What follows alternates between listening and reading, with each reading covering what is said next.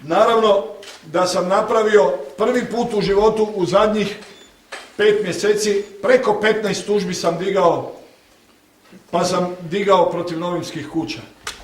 I protiv tebe spodobo flak, jeboti i oca Amsterdam mater. Još jedan put ga spomeni, pička li ti materina, ti pička materina, razumiš me, tebi i oci Amsterdamu. Onom zločincu iz Likovcu, pička ti materina, balava, nepismena, nećeš na mom prezimenu dobivati jeftine poene, đubre jedno smrdljivo. Đubre jedno smrdljivo, jeboti i oca Amsterdam mater, đubre da to u hrvatskoj kući, u hrvatskim novinama da ti neko omogućava da ti mene uspoređuješ i ocom Amsterdamom. Jeboti on mater, jesi čuo? Smeće jedno. Jedno je demokracija, jedno je sloboda. A nemate pravo vi, niste vi zaštićena biljka, ne odnosi se samo na vas ovdje osobno, nego na one koji iskorištavaju vas i Dinamo i Hrvatsku da se ona ruši. Kako da se čovjek brani od toga? Recite mi, molim vas, kako da se brani? Taj moj Zoran ima 2 maloljetne djece, sad je u Brazilu. Ja imam 3 djece, od toga 2 maloljetne djece. Kako da se brani? Pa zašto nikad ne pomislite da to neko vama napravi? I to od čega se trebam braniti? Od djela svoga se trebam braniti. Jel ja, Branko Stipkoviću, igram nogomet? Jel ja igram ili nogomet? Ja sam podložen kritici. Recimo, ja čestitam gospodinu Mateoniju, napravio jedan tekst o jednom dijelu promašene politike. Slažem se sa njime.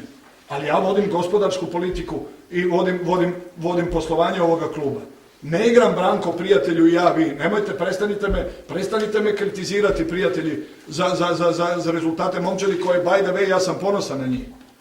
Pa vi u toj kontradiktornosti u istom listu napišete 3 teksta gdje opisujete Šibenik, Cibaliju i druge klubove koji ispadaju u 7. mjesecu, koji ne mogu nikoga proći, i onda kažete Dinamo je jedini uspješan klub. Pa jer je uspješan, jer igra stalno Europsku ligu. I stalno je prvi. I daje Hrvatskoj stalno toliki broj reprezentativaca. Dinamo je pojam u Europi. Pa moj brat je primljen u Unionu kao najveći gospodin i najveći sportaš svijeta. Pa zato jer je taj Union gospodska institucija. Jer nisu obavještavali kao ova naša hrvatska buranija, nisu obavještavali nešto što je običan dio procedure, razumijete, što je običan jedan informativni razgovor i nekakvih partnera. Pa Vrbanović i Zoran su bili zajedno poslije toga u Unionu sa tim istim ljudima na izvlačenju. I šalili se i razgovarali i ne znam šta sve ne.